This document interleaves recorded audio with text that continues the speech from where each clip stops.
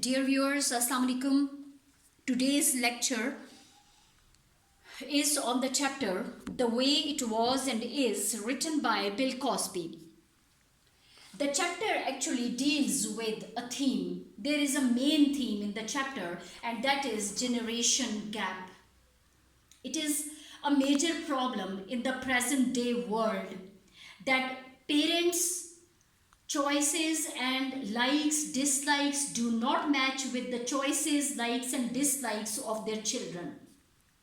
So they feel a gap. There's a distance between parents and children. Although parents try a lot to reach to their children generation, and children try to match with the likes and dislikes of their parents, still they feel a gap.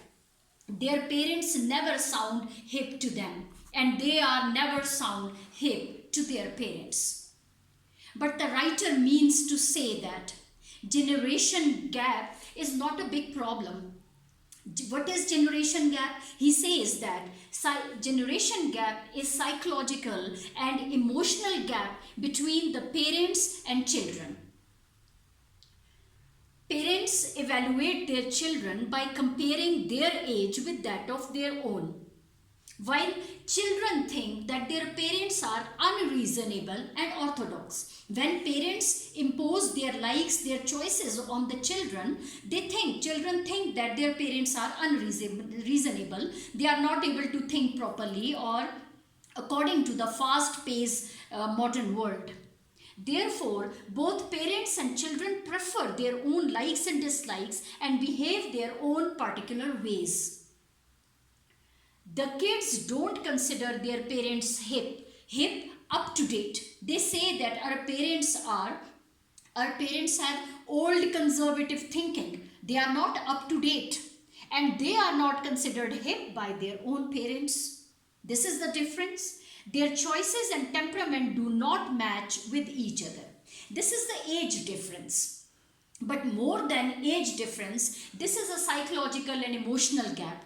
They don't try to understand each other. So they feel a big difference. They feel a distance between themselves and their parents. Starting with the chapter, Bill Cosby tells us about himself when he was a child, and his father used to make him sit in the room and compelled him to listen to the music of his choice. Then I was 13. My father used to sit in our living room and listen on our Philco radio. Philco was a brand which was owned by Philips Company at that time. It was a radio by people named Duke Ellington, Count Basie, and Jimmy Lunsford. These were the composers, pianists, and saxophonists. Sometimes when I walked by, I saw him leaning back in his armchair and smiling blissfully. I used to see my father sitting in his room, in the living room, in the sitting room, leaning back on his chair and smiling blissfully by listening to the music. My mission was to sneak past that room, to pass that room unobserved before he caught me and made me come inside for a music appreciation lesson on the old-time music that I could not stand. He says that my father used to force me to sit down with him in the living room and listen to his choice of music which belonged to the past age and the music which I could not understand even. Come here and sit down, he would say. Now this is Jimmy Lunsford. He pointed to the Philco and smiled while I tried to adjust my ears to the low volume. And when the piece was over, he would say, now that's music. He says that I was forced to listen to that music. And when that music was over, he used to say, yes, this is music. I don't know what you call the noise you hear upstairs. And he used to blame me for the loud volume which I used to hear in my room upstairs. He used to say, this is music. His choice of music was called real music by him. During each of these command performances, I would smile respectfully and move my head back and forth in rhythm as if I really enjoyed this junk. He calls this music junk. He says that I used to pretend only that I liked that music by moving my head in a rhythm.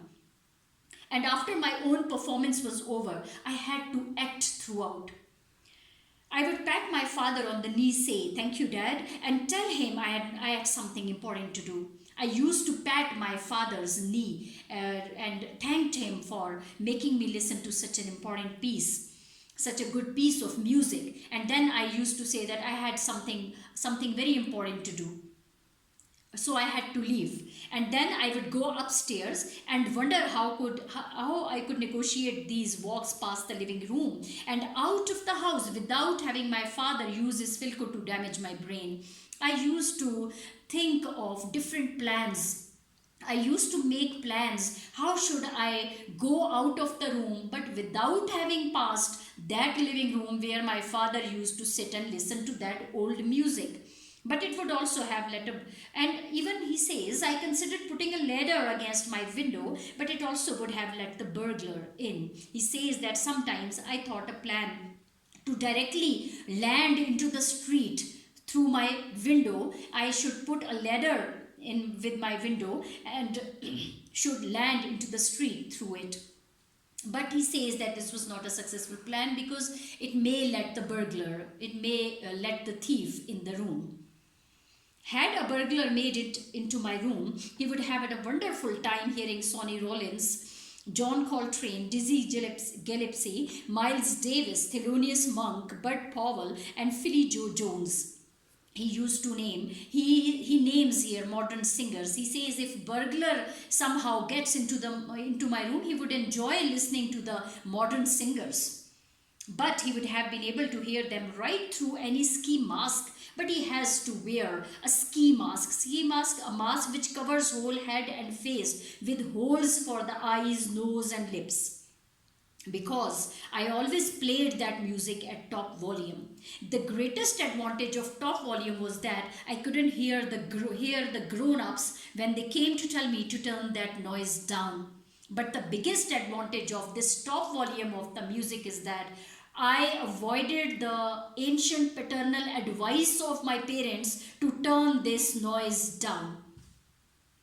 From time to time, my father would come by, kick the door open, and then stand there under the assault of the music. My father used to visit my room. He kicked the door open, came into my room, and stand under the attack of that music because it was so loud and thumping music. It seemed as my father is standing under the attack of this music. He had the look of a sailor standing on deck in a typhoon. His looks were like a sailor who was standing on the deck and in a whirlwind, in a cyclone. And then his lips would start to move. I couldn't hear him because the music, the sound of the music was so high. I couldn't hear him. I could see his lips moving, but I could understand what he was saying. Turn that noise down. I then would turn the sound down about halfway, moving him to say, turn it down, I said. I would then turn the dial to the 3/4 point and he would say, more. Giving him more, I would say, Dad, it's off.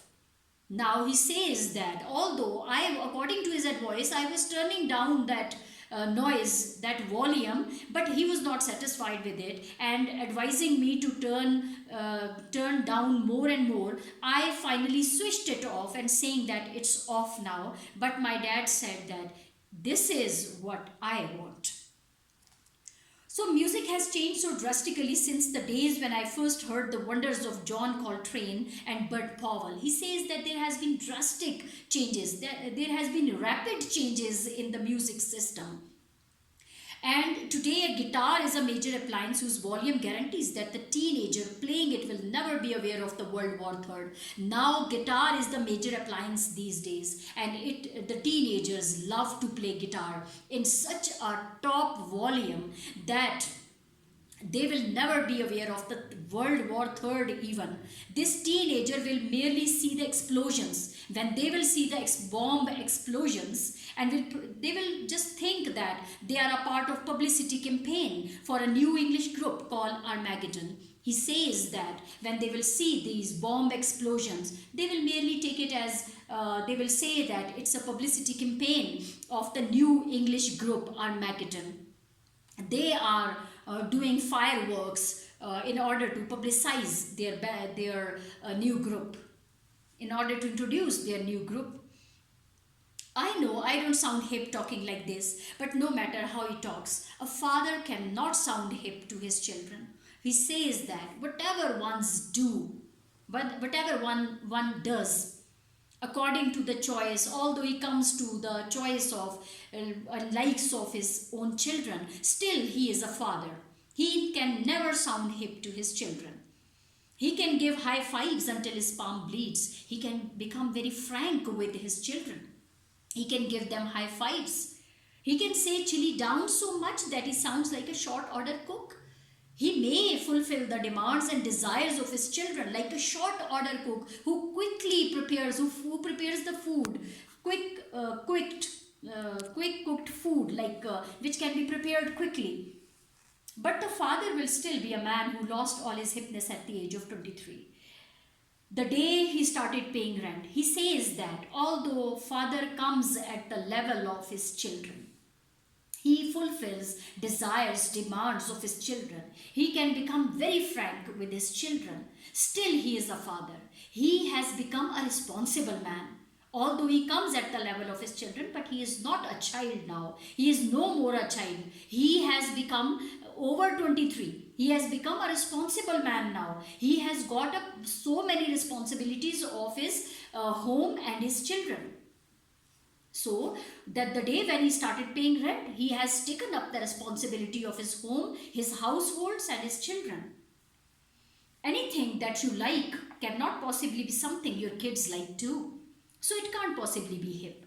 Your choices, your interests and your children's choices and their interests, they cannot match each other.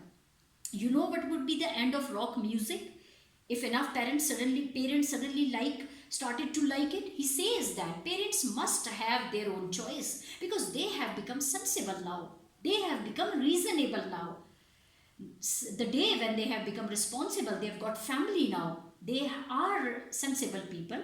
If enough parents started to like rock music like their children, along with their children, what would become of the home? It will become a hell. The volume of that noise, now he tells another situation in which Bill Cosby has become a father. And now he buys a stereo for his daughter. He says the volume of that noise is my own fault, of course. No one made me buy that complex stereo system for my decibel hungry darling. Decibel, the one who is fond of high sounds, listening to intensity of sound. The day when I went into electronics store to see the equipment, those two Box 95s and Bowie twin triple hitter treble woofer speakers, double-headed action didn't seem too much for a 20 by 15 bedroom. He says I went into a shop to buy a stereo for my daughter. It was not only a stereo. There were so many accessories with it. There were woofers, there were speakers, there were double-headed action, there were triple hitter trebles, everything attached with it. I even failed to notice the gleam in my daughter's eye that resembled the gleam in Dr. Frankenstein's eye when he first decided to make a mobile. He says that I could not see the happiness, the light, beam of light in my daughter's eye to see that all unit of that stereo system. It just resembled the gleam in the eye of Dr. Frankenstein's when he invented the mobile. Trying to make a child happy by buying something. I had been busy falling into the great American trap. I was fondly buying that stereo system for my daughter. It means I was just busy in falling into the trap. American trap, new trends of American music. Trying to make a child happy by buying something for her. If the children's name for me is Dad, can I? Then my name for them is Yes, you may. He says that I wanted to come at the level of my children. They used to ask me, Dad, can I? And I immediately permitted them, yes, you may. You may have the tuner, the amplifier, the tape deck, whatever she demanded along with stereo, I bought it for her. And those speakers that belong at a pre-game rally at Grambling State, the speakers, they were such big speakers that belonged to the university at Louisiana when the games, before the games start. It pre-game rally. I must confess, however, that all this permissiveness, all this tolerance was not entirely altruistic, unselfish.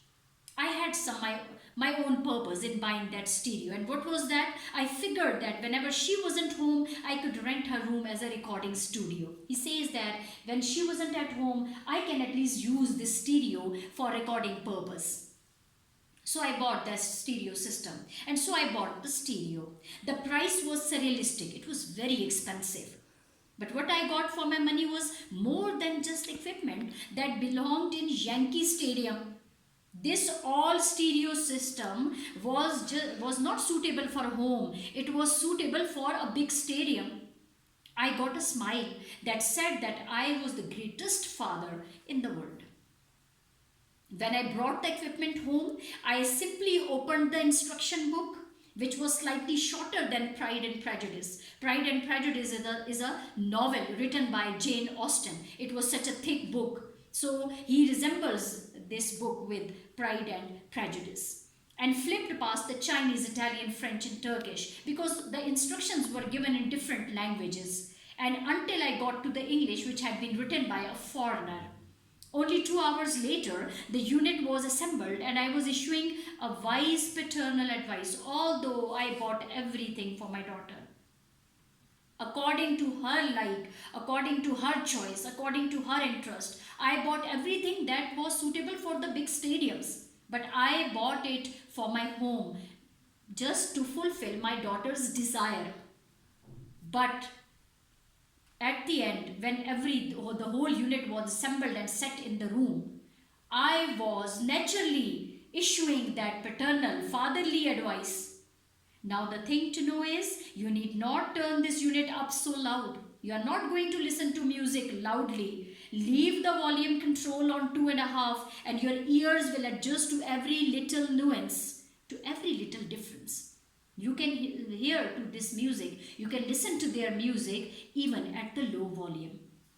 Yes, Dad, my daughter said, still feeling that I was a wonderful person. And going to the stereo, she put on a record that sounded like a train derailment. As soon as she pressed the button of the stereo, it produced such an unpleasant and loud sound. It seemed as if the train has been derailed, which I pretended to like. I just pretended to like it.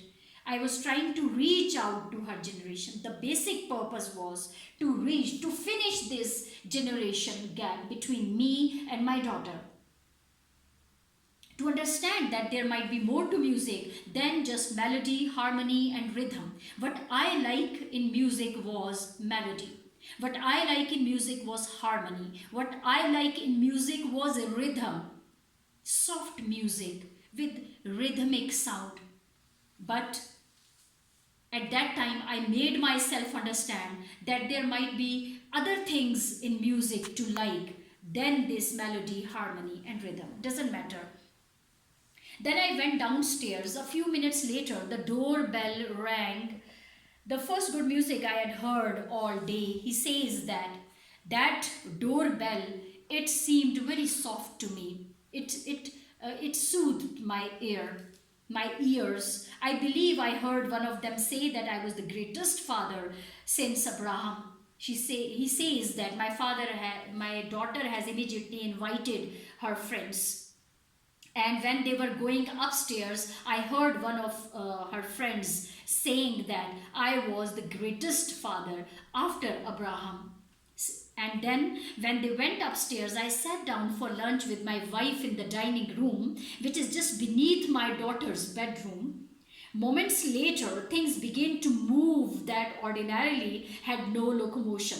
He says that few minutes later, I saw that everything on the dining table was shaking. The plates, the cups, the silverware, and the salt and pepper shakers, everything started moving, shaking. I was unaware. I told my wife that this house is sitting on a major geological fault. I thought that it was in a red zone. It was resting on a geological fault. That's why there is an earthquake. When the chandelier began to swing, then suddenly they saw chandelier swinging and the chairs began to dance, the chairs began to vibrate. I said, if these are my last words, I want you to know only the greatest truth that is in my heart. I said that maybe these are the last moments. There is a big earthquake now, and soon we are going to be finished. We are going to vanish from this earth. It is this earthquake is so severe that we may die. So I wanted to express my love and my feelings to my wife. And I said that I want you to know only the greatest truth that is in my heart. I love you profoundly. Profoundly. I want to express my love to you because these are the last moments of these may be the last moments of our lives. And I never played halfback in that game against Penn. He says that he might have told a lie to his wife that he has been a player of hockey with offensive and defensive role. Halfback means that a player with offensive and both defensive role in that game against Penn. Penn is Pennsylvania. I never played against Pennsylvania as a halfback. So, as I was expressing my love for my wife, while the glasses, plates, utensils danced, everything started moving, and my wife listened intently to a deep rhythmic thumping. My wife became careful. She started listening carefully. What was that thumping sound? Two short thumps and one long one. I was just concentrating on the trembling of all these things, but shaking. All these things were shaking, but my wife started listening to the sound, thumping sound, two short thumps and one long one that filled the house. And after listening to this extraterrestrial sound for about a minute, extraterrestrial, which is beyond this world, she turned to me and said, that stereo is too loud. She then came to know, she told me that this is not an earthquake. This is that stereo which is being played by her daughter at the top volume. You can see that I married above my IQ. My wife is more intelligent than me. She could figure out what was that. At once I sprang into action. Then I jumped into action. I rushed upstairs and kicked open the door to my daughter's bedroom. The action which his father had once done when he used to listen to the music loudly upstairs in his room. His father used to come, kicked open the door and stand under the assault of music. Same is repeated here when he kicked open the door to his daughter's bedroom like a man arriving at a fire. He says, I was like a man who arrived at the fire. With the skin on my face feeling as though it were being pushed away from my skull. My skin was vibrating even. And with a vein struggling to free itself from the center of my forehead, my vein was about to burst now. I shouted, turn that noise down. Here, he ends this chapter. He says that I again delivered that paternal advice. I gave that paternal advice which my father used to give to me and which seemed unpleasant to me. Now I was giving the same advice to my daughter, although I bought stereo system for her myself along with all the other accessories. I wanted to reach out to her generation since I was a sensible man. Definitely I was a responsible man. I could not like that choice, that interest of my daughter. I cannot come at her level completely. So I gave ancient paternal advice again turn that noise down. So, this was the explanation of the chapter. Kindly like my explanation. If you need anything to ask, you may ask in a comment. Thank you.